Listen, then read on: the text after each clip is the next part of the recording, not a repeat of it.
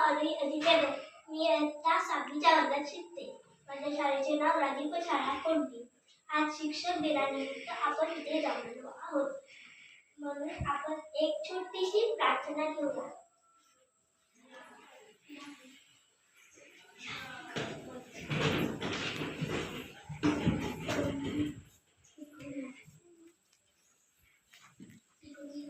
आज शिकवून जा.